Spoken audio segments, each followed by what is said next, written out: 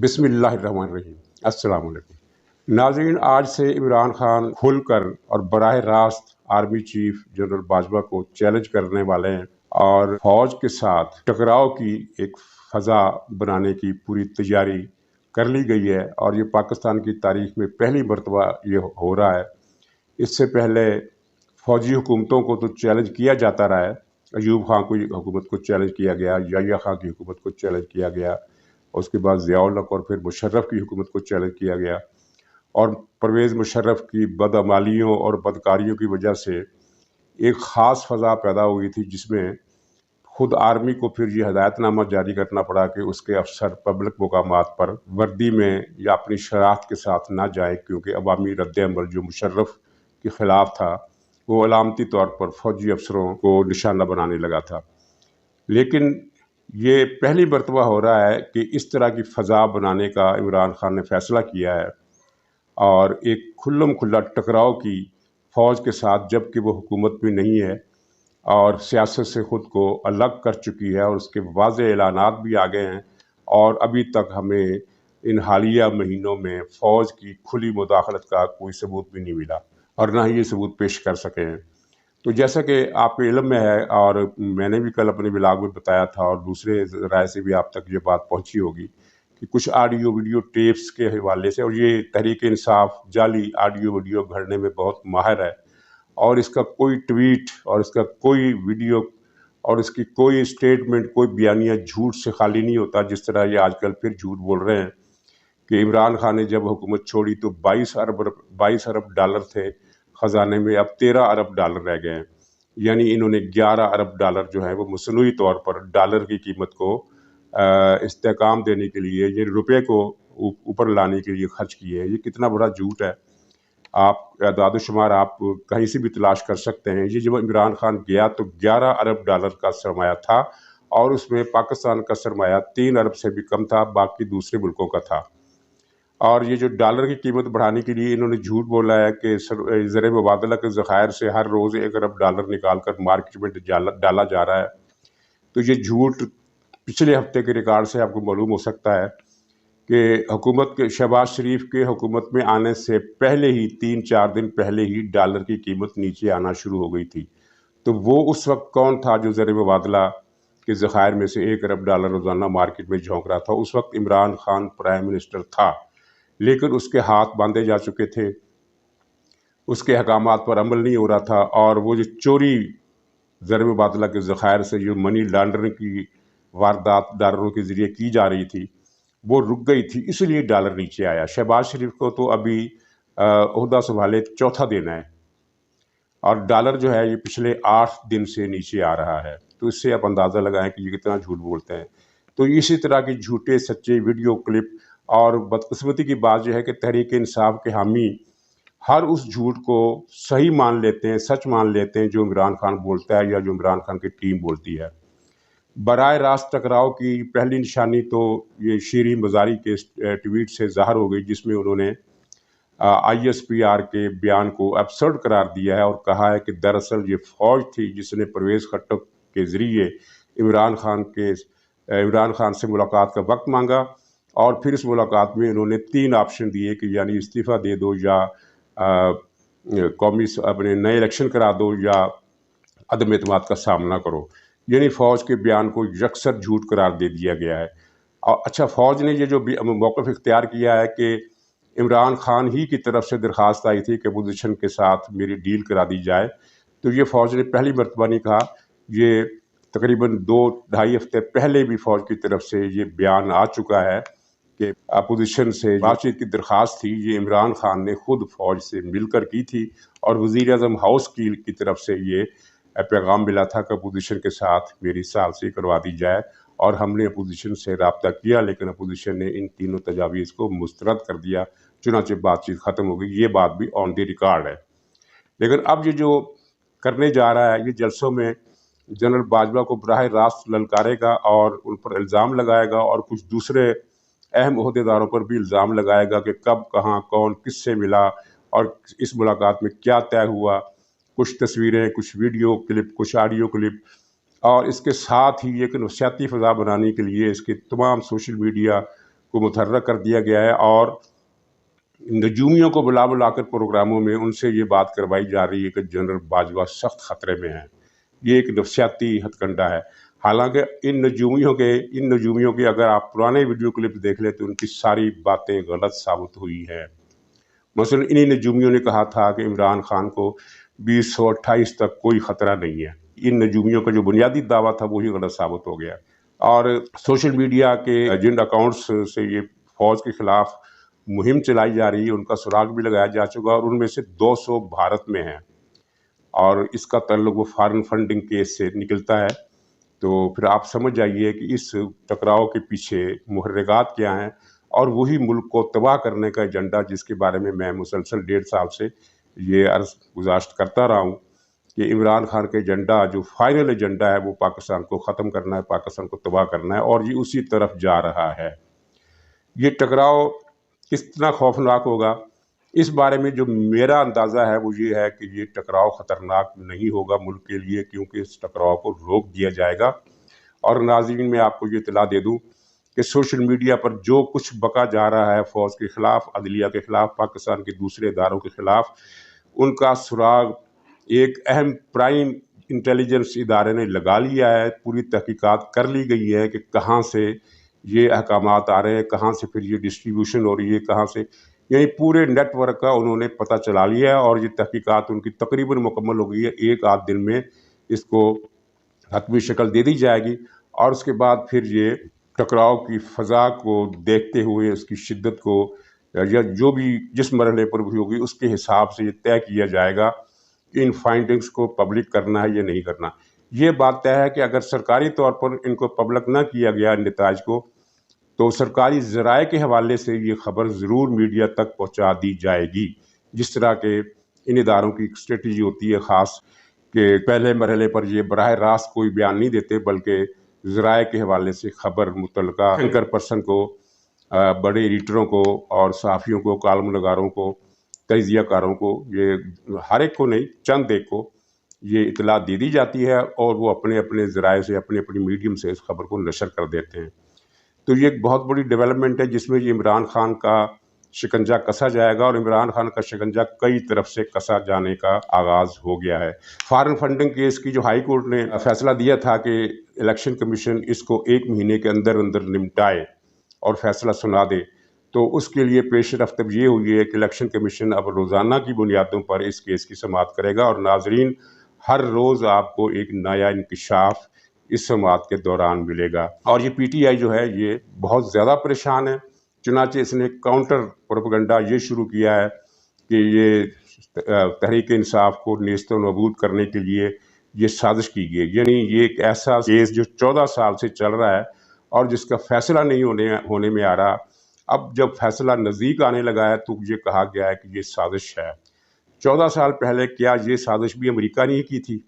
Foreign funding की? और Bharat, Israel, America और दूसरे मुल्कों से जो ममनुआ अकाउंट्स हैं और जिनमें बेशुमार अकाउंट्स जो हैं वो उनके ज़रिए मनी लॉन्ड्रिंग की गई, वो सारी चीज़ें अब सामने आएंगी और कुछ ऐसी बातें भी सामने आएंगी जिनका अंदाज़ा आपको भी है, लेकिन जिनकी शिद्दत का अंदाज़ा शायद आपको ना हो और शायद हमें भी ना हो। वो कुछ ज़्यादा शिद्दत के साथ सामने आने वाली है।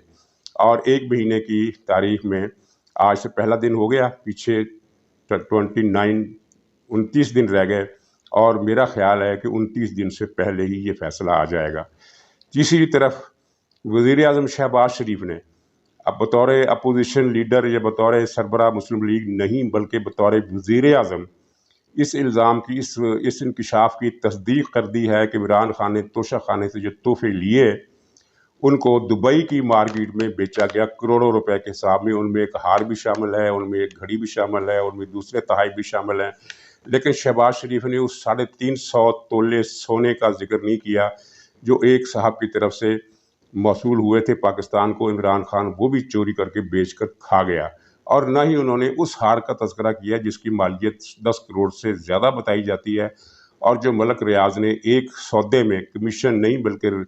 रिश्वत के तौर पर इमरान खान को दी थी, बराह रास्त बनी गाला पहुँचाई गई थी, उस रकम का भी जिक्र नहीं है। नाज़रीन ये केस भी अपने अंजाम को पहुँचेगा और शहबाज शरीफ ने इशारा दे दिया है کہ ہم انتقامی کارروائی نہیں کر رہے، لیکن قانون جو ہے وہ اپنا راستہ خود متعین کرے گا۔ اس کے علاوہ جو فرا گوگی کیس جو ہے وہ ڈپٹی جادوگرنی کا، اس کی تحقیقات بھی بڑے زور و شور سے جاری ہے اور اس میں بڑے بڑے ثبوت مل گئے ہیں، اور اس میں مزے کی بات یہ ہے کہ خود اس ڈکیت فیملی یعنی مانیکا فیملی کے اندر سے کچھ سرکاری گواہ حکومت کو مل گئے ہیں۔ یہ چیز بھی چلنے والی ہے۔ اور امریکہ میں عارف نقوی کا جو معاملہ ہے اس میں یہ اطلاع ہے کہ 20 کروڑ ڈالر کی منی لانڈرنگ عمران خان نے کی عارف نقوی کے ذریعے، اور امریکہ میں بہت جلد یہ 20 کروڑ ڈالر کی منی لانڈرنگ کا کیس چلنے والا ہے، اور کچھ تعجب نہیں ہوگا اگر بہت جلدی یعنی ہمارے اندازوں سے زیادہ رفتار کے ساتھ یہ کیس آگے بڑھے اور عمران خان کو اس میں طلب کیا جائے۔ عمران خان پر آرٹیکل 6 کی کارروائی بھی تیار ہے، اس کا فیصلہ بھی کر لیا گیا ہے، کیونکہ جب سپریم کورٹ نے ایک واضح ہدایت نامہ جاری کیا، ایک فیصلہ دیا، ایک ڈائریکٹو دیا کہ اس تاریخ کو تحریک عدم اعتماد کی کارروائی جہاں سے یہ منقطع کی تھی ڈپٹی اسپیکر نے، وہیں سے شروع کی جائے اور اسی تاریخ کو مکمل کی جائے، تو عمران خان نے اس حکم کو ماننے سے انکار کیا اور اسپیکر نے بھی اس حکم کو ماننے سے انکار کیا۔ صبح سے رات 11:30 بجے تک یہ اس کارروائی کو ٹالتے رہے، تو گویا کہ یہ انہوں نے آرٹیکل 6 کی خلاف ورزی کی۔ اور پھر اس کے علاوہ یہ جو کیس ہے غیر ملکی سازش کا، امریکی ساز باز کے ساتھ اپوزیشن نے تحریک عدم اعتماد پیش کی، یہ جو الزام ہے اس کی وجہ سے پاکستان کو جو نقصان پہنچا عالمی سطح پر، اور جس طرح اداروں پر یہ براہ راست الزام عائد کیا گیا کہ وہ امریکہ کے ہاتھوں بک گئے، یہ امریکہ کے ہاتھوں امریکہ کے آگے جھک گئے، امریکہ کے سامنے لیٹ گئے، اور یہ کلیئر کٹ الفاظ میں یہ بات کی گئی کہ امریکہ نے سازش کی اپوزیشن کے ساتھ مل کر، اور فوج اور ہائی عدالتیں، فوج اور سپریم کورٹ اور دوسرے ادارے اس سازش میں ملوث ہو گئے۔ تو یہ ایک ایسا بڑا جرم ہے کہ اس کے لیے بھی کیس کی تیاری شروع کر دی گئی ہے۔ گویا کہ 10-12 قسم کے کیس عمران خان پر چلنے والے ہیں، اور وہ جو تحقیقات ہیں جن میں معلم جبہ کیس ہے، جن میں پشاور کی وہ BRT بس سروس کا کیس ہے، اور بلین ٹری سونامی کا کیس ہے، اور میڈیسن کا کیس ہے، اور LNG اور گیس کی درآمد میں جو اسکینڈل ہیں، اور جو آٹے اور چینی کے اسکینڈل ہیں، اور جو گھی کا اسکینڈل ہے، اور دوسرے رنگ روڈ کا اسکینڈل ہے،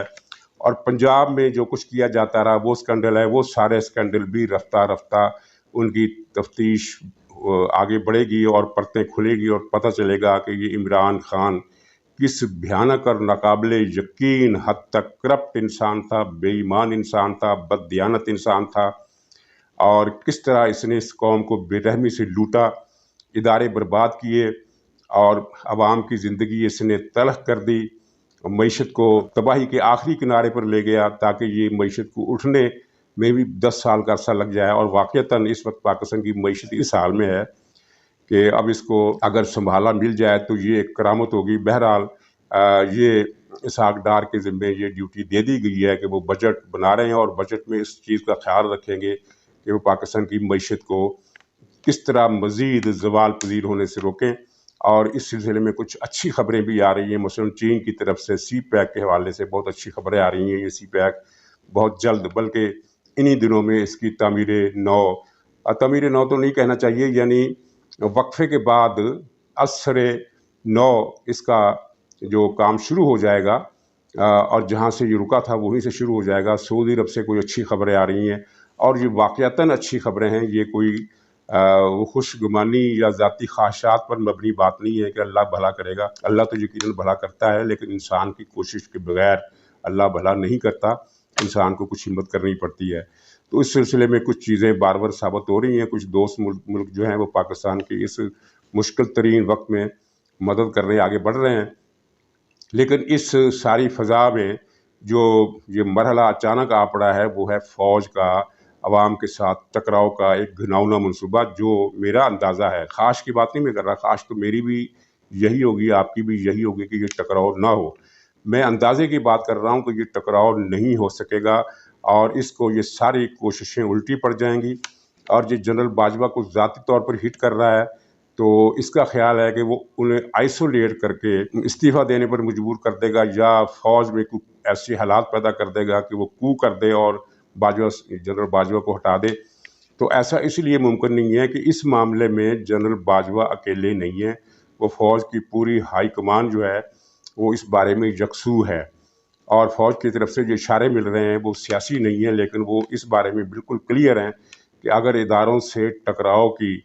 یہ مسلح تصادم کا بھی اس کا ارادہ، جیسا کہ میں نے شروع میں اشارہ کیا کہ مشرف دور کے وہ حالات کہ جب فوجی افسر پبلک میں آنے سے گریز کر رہے تھے، اس طرح کی فضا یہ بنانا چاہتا ہے، لیکن 2 درجے آگے بڑھ کر۔ اس وقت فضا یہ تھی کہ فوجی افسروں کو دیکھ کر لوگ تانے دیتے تھے یا کوئی ایسی بات کرتے تھے جس سے ان کی فرسٹریشن کا یا عوام کے غم و غصے کا ایک اظہار ہوتا تھا، کوئی گالی گلوچ نہیں ہوتی تھی، کوئی بدتمیزی نہیں ہوتی تھی، بلکہ ایک قسم کا تانا دیا جاتا تھا کہ بھئی کب تک یہ تم سلسلہ چلاؤ گے، اس طرح کی باتیں ہوتی تھی جن کو وہ افسر پھر فیس کرنا پسند نہیں کرتے تھے۔ لیکن اس کا جو منصوبہ ہے وہ اس سے آگے کا ہے، یعنی اس میں غنڈہ گردی اور بدماشی بھی شامل ہے کہ جہاں کہیں کسی اکیلے افسر کو دیکھو تو ایک بلوے کی سی فضا پیدا کر دو، اس طرح کی اطلاعات مل رہی ہیں، اور اطلاعات تو اس سے بھی زیادہ خوفناک ہیں۔ لیکن یہ میں سمجھتا ہوں کہ یہ عمران خان جس طرح غم و غصے اور انتقام اور مایوسی اور محرومی اور صدمے کی کیفیت سے گزر رہا ہے، اور اس کا ایک خاص ایجنڈا ہے، تو ان دونوں کو ملا کر جو چیز برآمد ہوتی ہے وہ یہ ہے کہ یہ ذہنی توازن سے محروم ہو کر ایک منصوبہ بندی کر رہا ہے جس کا بھیانک نتیجہ اسی کو بھگتنا پڑے گا اور ملک کو کچھ نہیں ہوگا۔ فوج کے جو حالات ہیں وہ اسی طرح رہیں گے، وہ غیر جانبدار رہے گی، اور سب سے اچھی بات یہ ہوئی ہے کہ جیسا کہ میں نے اپنے کئی ولاگز میں یہ بات کہی کہ انشاءاللہ پاکستان میں صدارتی نظام لانے کی سازش کامیاب نہیں ہوگی، اور آپ کے علم میں ہے کہ اس سازش کے پیچھے ایک پوری لابی تھی جن کے میں نام بھی لیتا رہا ہوں، جن میں ایکس سروس مین سوسائٹی کے لوگ بھی شامل ہیں جنہوں نے مشرف اور عمران کے دور میں اربوں روپے کی کرپشن کی، اور ان میں ایک وہ صاحب بھی ہیں جو اسرائیل کے سفیر بنے ہوئے ہیں، اور انہوں نے پتہ نہیں 1 لاکھ ایکڑ کے قریب اراضی لی، اور 250 روپے ایکڑ کے حساب سے، تو یہ اس سے زیادہ کرپشن کی کیا مثال اور دنیا میں ہو سکتی ہے۔ تو وہ صاحب بھی صدارتی نظام کی مہم میں شامل ہیں اور عمران خان کی حکومت کی برطرفی کے بارے میں بڑے زہریلے اور جھوٹے قسم کے ولاگ جاری کر رہے ہیں۔ تو ان سب کی جو کوشش تھی وہ پرسوں جب ISPR نے یہ عمران خان کے الزامات کے حوالے سے اپنا رد عمل دیا، تو اس میں ساتھ ہی انہوں نے یہ بھی واش گاف اعلان کیا کہ پاکستان کی فوج اب کبھی مارشل لا نہیں لگائے گی، اور پارلیمنٹ ہی عوام کی حقیقی قوت اور ان کی نمائندگی کا مظہر ادارہ ہے۔ تو اس طرح یہ فوج نے یہ بات واضح کر دی کہ صدارتی نظام کی کسی سازش کے پیچھے فوج کا کوئی ہاتھ نہیں ہوگا، فوج کا دست شفقت نہیں ہوگا، چنانچہ یہ صدارتی نظام کی سازش بھی اپنی موت آپ مر گئی ہے۔ تو ناظرین، آج کا دن بڑا اہم ہے، اس لیے کہ اس نے کراچی میں جلسہ کرنا، اور یہ جو تصادم کا آغاز ہے یہ بھی آج ہی سے ہو رہا ہے، کیونکہ اس نے ملک بھر میں کارکنوں سے کہا ہے کہ پہلے کی طرح پرامن نہیں رہنا، بلکہ کچھ ڈنڈے ونڈے کا بندوبست بھی کرنا ہے۔ تو یہ ظاہر ہے آپ دیکھ لیں گے کہ آج کیا ہوتا ہے، اور کتنا دم ہے ان کے بازو میں اور کتنا خم ہے، اور کس طرح اگر انہوں نے کوئی حرکت کی تو ان کا بازو کس طرح مروڑا جائے گا، یہ آج آپ دیکھ لیں گے۔ اور جیسا کہ ان کا پلاننگ ہے، بڑا دھماکہ تو انہوں نے لاہور کے جلسے میں کرنا ہے۔ آج تو کراچی میں جلسہ ہے، اس کے بعد پھر لاہور میں جلسہ ہے، تو تب تک فضا جو ہے کئی مرحلے اور طے کر چکی ہوگی، اور کافی حد تک کلیئرٹی آ چکی ہوگی کہ تصادم کا نتیجہ کیا ہوگا، اور تصادم کے لیے تحریک انصاف کے بازو میں کتنی ہمت ہے۔ ناظرین، اجازت دیجیے، انشاءاللہ کل پھر ملاقات ہوگی، تب تک کے لیے خدا حافظ۔